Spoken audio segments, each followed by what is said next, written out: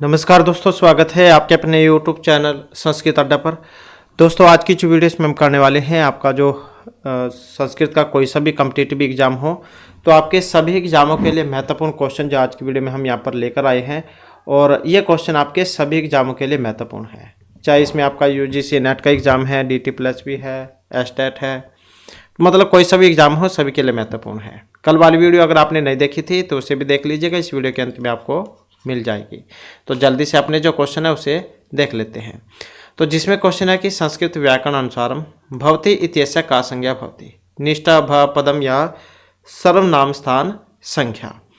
तो कौन सी संज्ञा यहाँ पर इसकी होती है, और सही आंसर की अगर हम बात करें तो ऑप्शन रहेगा हमारा बी वाला। तो पद संज्ञा इसकी होती है। सूत्र भी कौन सा है एग्जाम में कई बार पूछ लिया जाता है, पद संज्ञा करने वाला। तो शुभ तिगंतम पदम, शुभंत और तिगंत की पद संज्ञा होती है। शुभंत 21 होते हैं और जो तिगंत है वो 18 होते हैं। नेक्स्ट है क्वेश्चन, ऋग्वेद प्रतिशाख्य अनुसार रक संज्ञक अस्ति। ऋग्वेद प्रतिशाख्य के अनुसार रक संज्ञक है इसमें। तो यह अनुनासिक है, संधि अक्षर है, जीवमूल्य है या संयोग है। तो ऋग प्रतिशाख्य के अनुसार रक संज्ञक होते हैं। तो कौन सा है इसमें रक संज्ञक, तो जो कि ऑप्शन ए में है, मतलब जो अनुनासिक है ये होते हैं ऋग प्रतिशाख्य के अनुसार। और इसके रचयिता कौन है, शौनक। और ऋग प्रतिशाख्य 3 अध्यायों में विभक्त है। प्रत्येक अध्याय में 6 पटल है, कुल 18 पटल होते हैं। तो ऋग्वेद के अनुसार अनुनासिक जो वर्ण होते हैं, यमगणम जिनको कह देते हैं, जो 5 होते हैं, मतलब जो आपके क्वरक चौवर्ग टवर्ग जो है, इनका लास्ट का जो वर्ण है वो वाला 5वें नंबर का, उनको कह देते हैं रक संज्ञक भी कह देते हैं, अनुनासिक भी कह देते हैं। और यमगणनाम अनुनासिका जो लास्ट वाले हैं वे वाले। तो इस प्रकार से ऑप्शन ये वाला। इसके बाद है केन सा कस्य संबंध है, किसका किसके साथ संबंध है, तो वो यहाँ पर बतलाना है। तो जैसे कि यहाँ पर शैव है, शैव का संबंध किससे था, तो शैव जो है इनका संबंध था मार्कंडेय पुराण से। वैष्णव का संबंध किससे था, इनका संबंध था गरुड़ पुराण से। ब्रह्मा का संबंध किससे था, तो इनका संबंध था पद्म पुराण से। और अग्नि, इनका संबंध है अग्नि पुराण से। नाम तो आसानी से याद रह ही जाएगा, अग्नि है दोनों, अग्नि अग्नि। तो ऐसे भी आप इसको आसानी से याद रख पाएंगे। तो एग्जाम में कई बार आ जाता है मिलान करने में भी या फिर वैसे भी। तो इस प्रकार से शैव का संबंध मार्कंडेय पुराण से, वैष्णव का गरुड़ से, ब्रह्मा का पद्म से और अग्नि का अग्नि पुराण से संबंध हो जाएगा। तो कौन सा बनेगा इसका, ऑप्शन सी वाला। इसके बाद अस्मिन् श्लोके अलंकार छंद से स्थिति यम वर्तते। श्रीः कुर्णामादिपस्य पालिम प्रजासु वृत्तिम यम युक्तम वेदितुम सैव वर्णलिंगी विदिता समायो युधिष्ठम द्वैत्मने वनेचर है। तो यहाँ से तो आप समझ गए होंगे इसको कि कहाँ से लिया गया है, किरात रजनीम जाए उसी में आता है ये वाला वृत्तांत। अब यहाँ पर जो है इसमें पूछा गया है छंद, क्योंकि अलंकार है, उपमा मालिनी वृत्ति अनुप्रास या तो किस छंद का प्रयोग हुआ है इसमें। तो यहाँ पर अगर हम देखते हैं तो इसमें ऑप्शन रहेगा सी वाला, मतलब बी और साथ में डी। तो वृत्ति अनुप्रास और वसंत जो छंद है उसका प्रयोग यहाँ पर इसमें हुआ है। तो ये आप याद रखिएगा। नेक्स्ट है हमारा क्वेश्चन, अधो अंकितेषु भाषा विज्ञानानुसारम अर्धस्वरस्ता है। अर्धस्वर हैं कौन कौन से हैं, तो अ ड य व। कौन सा है इसमें, भाषा विज्ञान जो उसके अनुसार पूछा गया है इसमें। तो यहाँ पर अगर हम देखते हैं तो ये जो ऑप्शन सी में है, मतलब बी और डी, य और वा जो है इनको कह देते हैं अर्धस्वर। और अंतस्वर्ण में भी आते हैं य र ल व, ये वाले। तो यह अंतस्वर्ण भी है और या वा जो है इनको अर्धस्वर भी कहा जाता है। इसके बाद है अधोंकितेषु कयोद्वयोः संबंधास्ति, किन का संबंध है। बभुवे निर्विषय समव परविभ्यस्तः या भाव कर्मण है। तो एक जैसे हैं इसमें दो, वो कौन से हैं। तो इसमें भी अगर हम देखें तो ये जो ऑप्शन सी में है यहाँ पर ए और डी, ए और डी ये वाले ही है इसमें। भाव कर्मण है ये वाला, तस्य आत्मनेपदम, भाव और कर्म में हुए लकार के स्थान पर आत्मनेपद प्रत्यय होता है। भाववाच्य और कर्मवाच्य में परस्मै पद का नितांत अभाव होता है। धातु चाहे परस्मैपदी हो या फिर आत्मनेपदी या उभयपदी भी क्यों ना हो, तो भाववाच्य और कर्मवाच्य में आत्मनेपद का ही प्रयोग होगा, परस्मैपद पद का नहीं होगा। इसके बाद आ जाता है नेक्स्ट में योग दर्शन अनुसारम अधंकितेषु वृत्ति वर्तते, अहिंसा, ब्रह्मचर्य, निद्रा या हिंसा। मतलब कौन सी है योग दर्शन जहाँ उसके अनुसार। तो यहाँ पर अगर हम देखें तो ऑप्शन है बी वाला हमारा। तो कौन सी है? निद्रा है। तो योग दर्शन किनका है? किनका योग शास्त्र? पतंजलि मुनि का है। तो योग दर्शन का आधार क्या है? योग सूत्र। और योग दर्शन का पहला सूत्र कौन सा है? अथ योग अनुशासन। कई बार आ जाता है एग्जाम में। तो योग दर्शन का पहला सूत्र अथ योग अनुशासन है। और चित्तवृत्तियों की संख्या कितनी बतलाई गई थी इसमें? तो चित्तवृत्तियों की संख्या इसमें 5 बतलाई गई थी। प्रमाण, विपर्य, विकल्प, निद्रा, स्मृति है। तो ये वाली। तो जागृत अथवा स्वप्न अवस्था की वृत्तियों के अभाव के कारण भूत तमोगुण को विषय बनाने वाली वृत्ति निद्रा कही जाती है। तो कौन सा बनेगा यहाँ पर? निद्रा। योग दर्शन के अनुसार अधंकितेषु वृत्ति ही वर्तते निद्रा। तो यही थी 5 इसमें: प्रमाण, विपर्य, विकल्प, निद्रा, स्मृति। योग दर्शन अनुसार संयम इति अनेन कस्य निर्देश है? अहिंसा, सत्यास्तेय। कौन सा है योग दर्शन के अनुसार? तो इनके अनुसार अगर हम देखें तो ऑप्शन बी वाला है, धारणा, ध्यान, समाधि। तो यही होता है। तो ये तीनों इकट्ठे होने पर, आलम्बनगत होने पर संयम कहे जाते हैं।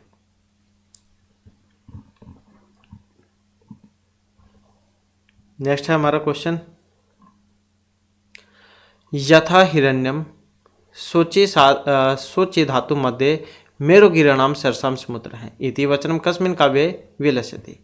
उत्तरामचरिते, बोधचरिते, किरातार्जुनी या मुद्रा राक्षस। यथा हिरण्यम सोची धातु मध्ये मेरुगिराणाम सरसाम समुद्र है। तो इसका संबंध है बुद्ध चरित से। और किनका है बुद्ध चरित? बुद्ध चरित सौंदर्यानंद और सारिपुत्र प्रकरण। तो महर्षि जो अशोक घोष है, इन्होंने 3 काव्य लिखे थे। तो ये उसी में से है। 28 सर्गों में है। महात्मा बुद्ध जो थे उनके जीवन के ऊपर है ये। और क्या इसमें कहा गया था? तो श्लोक था इसमें, यथा हिरण्यम सोची धातु मध्य मेरुगिरा नाम सरसा समुद्र है, तारासु चंद्र तपताम च सूर्य पुत्र हैं तथा ते द्विपदेशु वर्य हैं। ऐसा जो एक श्लोक था ये। तो जिस प्रकार से धातु में शुद्ध वर्ण, पर्वत में सुमेरु, जलाशय में समुद्र, ताराओं में चंद्रमा और अग्नि में सूर्य श्रेष्ठ है, उसी प्रकार से मनुष्य में आपका पुत्र श्रेष्ठ है। इसके बाद है कथन द्वयम अधोलिखितम तत्रेकम अभिकथनम अपरम चैतस्य कारणम आरिति अभिकथनम। और कथन है कि वितरति गुरु प्राज्ञ विद्या तथैव जड़े न तु खलु तयोः ज्ञाने शक्तिम करोति अपहन्ति वा भवति ही पुनः भुवान भेदः फलम प्रति तद यथा। इसका कारण कौन सा है? प्रभवती सोचिबिंब ग्रही मणि नमृद आदि है।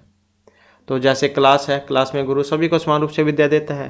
अब उसमें कुछ तो टॉपर कर जाते हैं, कुछ बेचारे पीछे भी रह जाते हैं, लेकिन ये तो देखकर नहीं करता कि ये बड़ा है छोटा है, सभी को समान रूप से विद्या दी जाती है। तो इसमें बतलाना था मतलब कौन से वाला सही है इसमें। तो इसमें अगर हम देखते हैं तो ऑप्शन सी को इसमें सही माना गया था। ए आर उभय सत्यम, दोनों ही जो है यहाँ पर ये बातें सही हैं, क्योंकि गुरु हमेशा सभी को समान रूप से शिक्षा देता है। दोनों में से किसी को न तो अलग से समझाने की समर्था प्रदान करता है और न ही किसी के बोध शक्ति को ही नष्ट करता है। और ऐसा होने पर भी परिणाम में बहुत भिन्नता होती है। मतलब सभी को समान रूप से ही पढ़ाता है। अब कुछ आगे निकल जाते हैं, कुछ पीछे रह जाते हैं।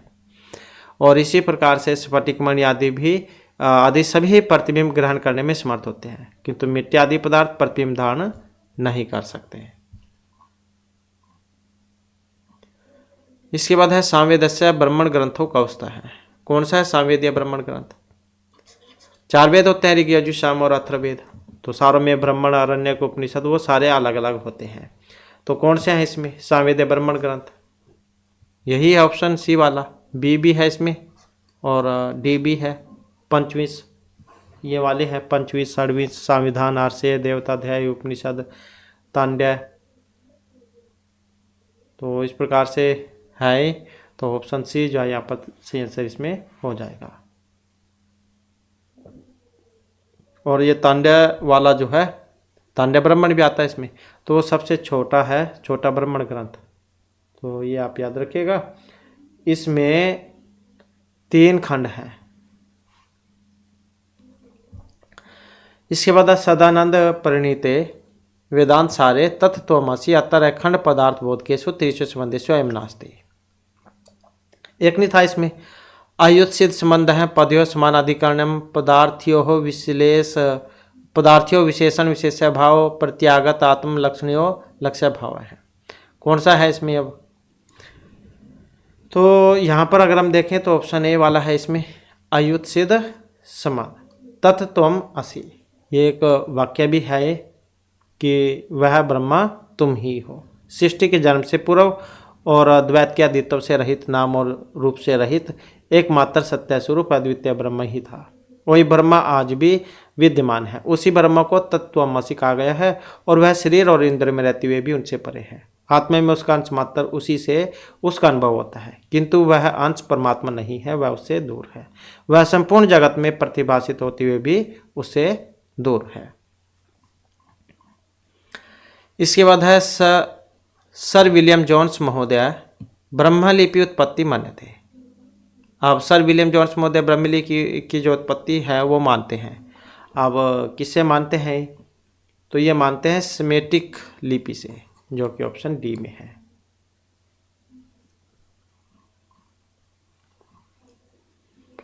इसके बाद है अर्थ संग्रह कथिता वेद उच्यते, अष्ट 10 चतुर या पंचविधा है। कितने प्रकार का जो है इसमें बतलाया गया था? तो इसमें बतलाया गया था पंचविधा है, जो कि ऑप्शन डी में है। किनका है अर्थ संग्रह है? तो लोकाक्षी भास्कर जो इनके द्वारा रचित है, ये वाला अर्थ संग्रह है। तो इसमें वेद को जो है 5 प्रकार का पंचविधा कहा गया था। और एक इसमें तो एक लक्षण भी आता है एग्जाम में, कई बार देखने को मिला भी है, अपुरुषेय वाक्यम वेद है। ये वाला अपुरुषेय वाक्य को वेद कहते हैं, तो ये इसी में ही है। और 5 प्रकार का होता है, कौन कौन सा? विधि, मंत्र, नामधेय, निषेध, अर्थवाद। तो इनके नाम भी आप याद रखिएगा। तो 5 प्रकार के होते हैं, विधि, मंत्र, नामधेय, निषेध, अर्थवाद। तो इस प्रकार से संग्रह में वेद कितने कहे गए थे? 5। नेक्स्ट है हर्षचरितम इत्यस्य रचनाकार है। किनके द्वारा रचित है हर्षचरित? महर्षि बाणभट्ट, श्रीहर्ष भारवी या हर्षदेव, किनकी है? तो हर्षचरितम महर्षि बाणभट्ट जो इनके दरबारी कवि थे, तो इनके जीवन चरित्र के ऊपर लिखा था इन्होंने राजा हर्षवर्धन के, जो कि पहले थानेश्वर जो है वहाँ के शासक थे। थानेश्वर जो कुरुक्षेत्र में थानेश्वर का देते हैं जिसे, तो वहाँ के। और 8 उच्छ्वासों में है ये हरिचरितम जो है 8 उच्छ्वासों में है। इसके बाद अद्वंकितान व्याकरणान कालक्रमेण प्रदर्शित, मतलब जो समय है कालक्रम उसके अनुसार इनको बताना है क्रमवाइज। तो इसमें अगर हम देखें तो सबसे पहले महर्षि पाणिनि मुनि है। पाणिनि मुनि के बाद फिर जो है कात्यायन थे। कात्यायन के बाद जो है इसमें फिर भर्तृहरि थे। और भर्तृहरि जो है इनके बाद इसमें थे नागेश भट्ट। नागेश भट्ट थे। नागेश भट्ट जो है इनके बाद थे कैयट, ये वाले। तो ऐसे है इनका क्रम, पाणिनि, कात्यायन, भर्तृहरि, नागेश भट्ट, कैयट। तो ऐसे व्याकरणिक हुए हैं। तो ऐसे इसमें देख ही सकते हैं आप, ऑप्शन डी वाला इसका सही आंसर रहेगा। इसके बाद आ जाता है अर्थ संग्रह अनुसारम देश सामान्यम स्थानम तत्च द्विविधम किम तत्, पाठ साध्यम यथासंख्या सादृश्यम, अनुष्ठान सादृश्यम, मीमांसा सादृश्यम। तो अर्थ संग्रह अनुसारम देश सामान्यम स्थानम तत्च द्विविधम किम तत्, तो ऑप्शन ए वाला है, ए और बी, पाठ सादृश्यम और अनुष्ठान सादृश्यम, ये वाला। इसके बाद सर्व प्राचीन रचनाया प्रथमेन कालक्रम अनुसारम समुच्योत्तरम चिनोत। सर्व प्राचीन रचना को मतलब इनको भी वैसे ही सेम क्रम के अनुसार जो लगाना है। तो क्रम के अनुसार जब हम इसे लगाएंगे तो ऑप्शन डी वाला बनेगा। तो इसमें कैसे होगा? तो जैसे रामायण है महर्षि वाल्मीकि द्वारा रचित है, और उसके बाद फिर आ जाएगा ये वाला स्वपनवास दत्तम। स्वपनवास दत्तम किन का है? महर्षि भास जान के द्वारा रचित है। इन्होंने जो 13 नाटक लिखे थे तो उसी में है स्वपनवास दत्तम। और इसके बाद आ जाएगा फिर कुमार संभव। कुमार संभव आ जाएगा, महर्षि कालिदास के द्वारा रचित है। और लघुत्रयी उसमें आता है। इसके बाद आ जाएगा फिर किरात अर्जुनीयम, महर्षि भारवी के द्वारा रचित है। महर्षि भारवी के द्वारा रचित है। और इसके बाद फिर जो एक बच गया नैषधीयचरितम श्रीहर्ष के द्वारा रचित है। तो ऐसे क्रम बनेगा इनका। रामायण महर्षि वाल्मीकि की, फिर स्वपनवास दत्तम महर्षि भास का, कुमार संभव महर्षि कालिदास का, किरात अर्जुनीयम भारवी का, और नैषधीयचरितम श्रीहर्ष के द्वारा रचित है। तो ऐसे क्रम इनका बनेगा। इसके बाद संख्या कारिकायाम संघात परार्थवात अनेन हेतु न साध्यते अव्यक्तम पुरुष अहंकार्य महत संघात परार्थवात। तो किसके बारे में है? संख्या कारिका के अनुसार। अब संख्या कारिका जो है ये ईश्वर कृष्ण जहाचार्य उनके द्वारा रचित है। तो संघात परार्थवाद का मतलब क्या था? संघात का दूसरों के लिए होना। संघातो मतलब इनका दूसरों के लिए होना, त्रिगुणत्व इत्यादि का अभाव होना। सभी त्रिगुणात्मक वस्तु के लिए चेतन अधिष्ठाता एवं भोक्ता की अपेक्षा होने एवं कैवल्य या मोक्ष के लिए प्रवृत्ति होने के कारण पुरुष की पृथक सत्ता सिद्ध होती है।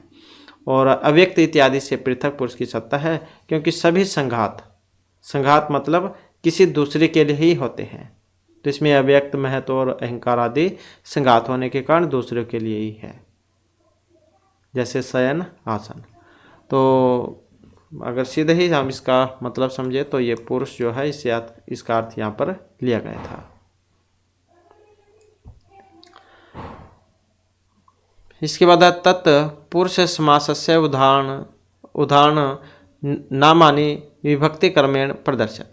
मतलब इनका भी सही जो क्रम है विभक्ति के अनुसार, तो ये जो है इसमें बतलाना है।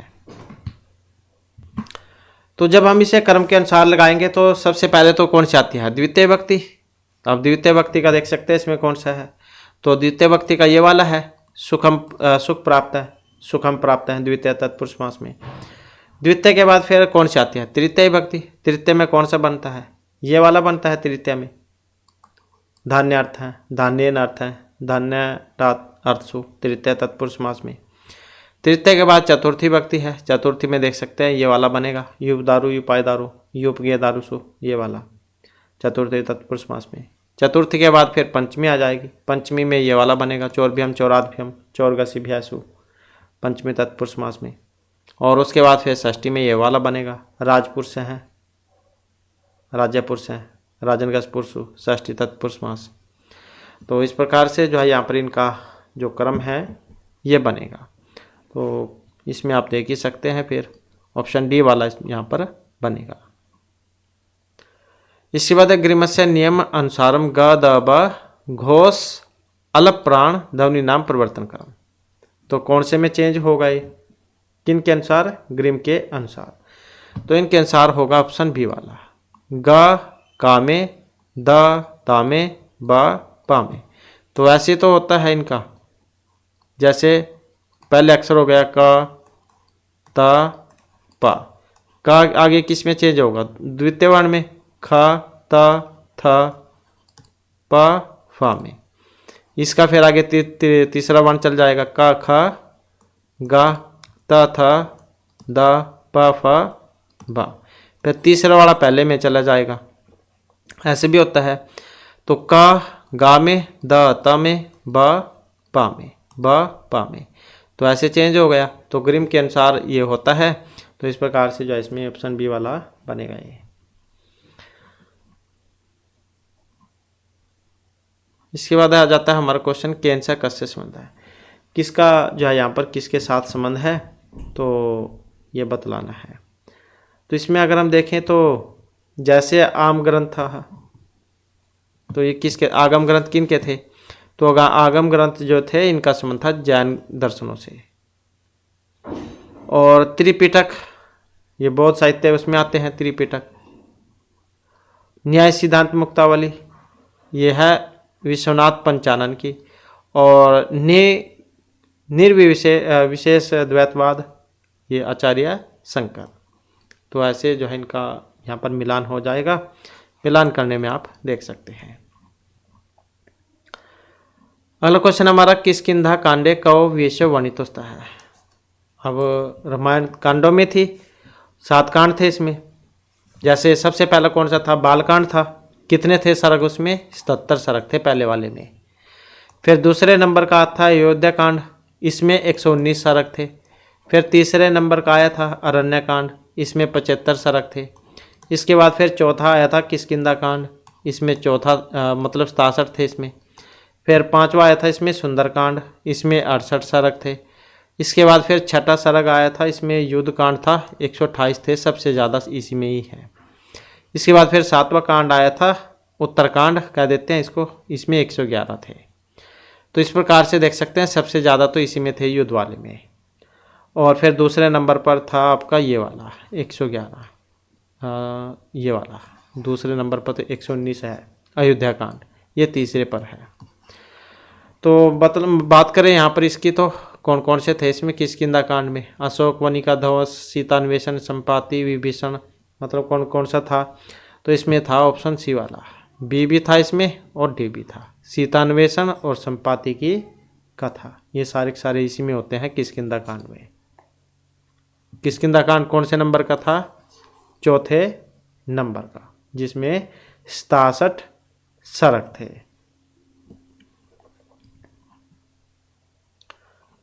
इसके बाद है संख्या कारिकायाम द्विविध सर्ग है, भौतिक बौद्धिक। एतत् नामाख्य वर्तते, तन्मात्राख्या, लिंगाख्या, भाव या सत्वरज तमाख्या है। तो संख्या कारिका जो है उसके अनुसार अगर हम देखें तो इसका संबंध था ऑप्शन सी से, लिंगाख्या और भाव आख्या से। नेक्स्ट है यजेन यजम्यंत देवः इति मंत्रांश से यजम इति पदस्य भाष्यकार शयनानुसारम अर्थ, प्रजापति तद्वतम श्रोत्रियजम या हविर यजम, यजेन यजम्यंत देवः। तो इसका संबंध जो है ये प्रजापति थे, जो कि ऑप्शन ए में है। इसमें मंत्र था ए, उसके अंदर से लाइन है, येन यजम अजंतः सचंत यत्र पूर्वे साध्या सन्ति देवाः तानि धर्माणि प्रथमानि आसन तेह नाकमहिमानः सचंत यत्र पूर्वे साध्या सन्ति देवाः। ऐसे मंत्र था ये, प्रजापति सूक्त में से है। नेक्स्ट आ जाता है हमारा अहम राष्ट्रीय संगमनि वसुनाम चिकितेषु प्रथमा यज्ञानाम अत्र मंत्रांश आगतानाम पदार्थानाम अर्थ शयनानुसारम मेल। तो आचार्य जो सायण है उनके अनुसार इनका मिलान बताना है, कौन सा बनेगा। तो जैसे यहाँ पर अहम है, अहम राष्ट्रीय संगमनि वसुनाम चिकितुषी प्रथमा यज्ञानाम, तो इसके अनुसार अगर हम देखें तो अहम का मतलब था अम्बरिणी ऋषि की जो पुत्री है वाक, उससे था इसका मतलब। राष्ट्रीय का मतलब था ईश्वरी से, संगमनी का मतलब था प्रापित्री से, और प्रथमा का मतलब था मुख्या से। तो इस प्रकार से था ये। तो इसमें आप देख ही सकते हैं कौन सा बनेगा, इसका ऑप्शन सी वाला बन जाएगा। इसके बाद है तो काव्य शास्त्र पढ़े ताराचार्यस्था है।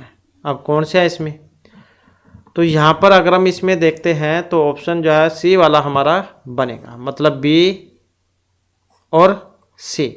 तो यही है काव्य शास्त्र के भामा और आचार्य क्षेमेंद्र, तो इन्हीं को माना गया इसमें। इसके बाद है आदौंकितेषु भारोप्य परिवार अनुसारम कत्मा भाषा सतम वर्गीयास्ति। कौन सी है इसमें जो सतम वर्ग में आती है, दो प्रकार में बांटा गया था इनको, सतम और केंटू वर्ग में। तो यहाँ पर जो इसमें पूछा गया है सतम वर्ग, आप संस्कृत में लिखते हो सतम 100, जैसे हिंदी में हम 100 कह देते हैं, ऐसे संस्कृत में लिखते हैं सतम। तो ये कौन सी में है, अर्मानी, ग्रीक, कैल्टिक या तोकारी। भारोप्य परिवारानुसारम कत्मा भाषा सतम वर्गे अस्ति, तो ये वाली आर्मीनी भाषा। नेक्स्ट है अक्षर मादिव्य है कृषि मित कृषविते रमसव बहु मन्यमान है अस्य मंत्र से देवता। इसके कौन है देवता? इसके देवता है ऑप्शन सी वाले, ये वाले कृषि।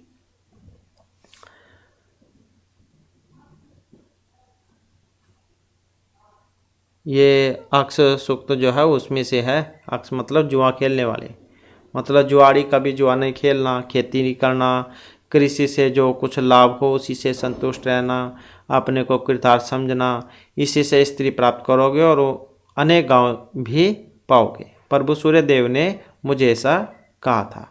तो इस प्रकार से अक्ष सूक्त जो है उसमें से है ये। और ऋग्वेद का जो 10वां मंडल है उसका है ये 34वां सूक्त, 14 है इसमें मंत्र। ऋषि इसके कवच थे, ये वाले ऋषि कवच थे इसके। और देवता वही होता है जिसके ऊपर सूक्त है। अक्ष है तो अक्ष ही हो जाएंगे, अक्ष ऋषि।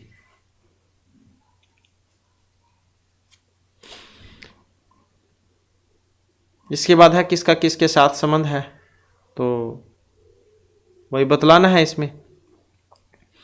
अब जैसे यहाँ पर अगर हम देखें तो कापटिक है, कपाटिका है, इसका संबंध था परम मर्मज्ञ है, प्रगल्भ छात्र है, तो इससे था इसका संबंध। उदासीता का संबंध किससे था? प्रवर्ज्य प्रतिवस्ती प्रज्ञा सोच मुक्त है, तो इस वाले से था, बी वाले से। और गृहपति का है, इसका संबंध था कर्ष का है, वृत्ति क्षीण है, प्रज्ञा सोच युक्त है, इस वाले से था। और गृहपति का जो कि एक बच गया, वाणिज्य का है, वृत्ति क्षीण है, प्रज्ञा सोच युक्त है, तो ऐसे जहाँ इनका मिलान था। तो इसमें आप देख सकते हैं ऑप्शन डी। इसके बाद है कौटिल्य अर्थशास्त्र अनुसारम के राजानाम उत्तिष्ठानाम अनुत्तिष्ठन्ते पौरव जनः शत्रवः भृत्य या शिष्य है। तो यहाँ पर कैस में जो भृत्य दुर्ग तथा जनपद की शक्ति के अनुसार भृत्य रखे जाएं, मतलब नौकर चाकर जो भी है, और उनकी भृत्य में राजकीय आय का चौथा जो मतलब भाग है वो खर्च किया जाए। और भृत्य इतनी होनी चाहिए कि भृत्य कार्य करने में समर्थ हो सके और उनके शरीर को हानि न पहुंचे। धर्म और अर्थ की अवहेलना किसी भी काम में न करें। राजा द्वारा कर्मचारियों पर वार्षिक धन व्यय वित्त इसी तालिका में यहाँ पर बतलाएगा, मतलब एक तालिका है उसके माध्यम से बतलाया गया था। तो बस आप इतना इसमें याद रखिएगा। इसका जो संबंध है ये ऑप्शन बी से था, मतलब भृत्यों की बात यहाँ पर हुई है। तो यही हमारे क्लास और महत्वपूर्ण क्वेश्चन थे। नेक्स्ट वीडियो की इसमें आपके लिए नए जो महत्वपूर्ण क्वेश्चन हम लेकर आएंगे। और हमारे साथ अंत बनाने के लिए धन्यवाद।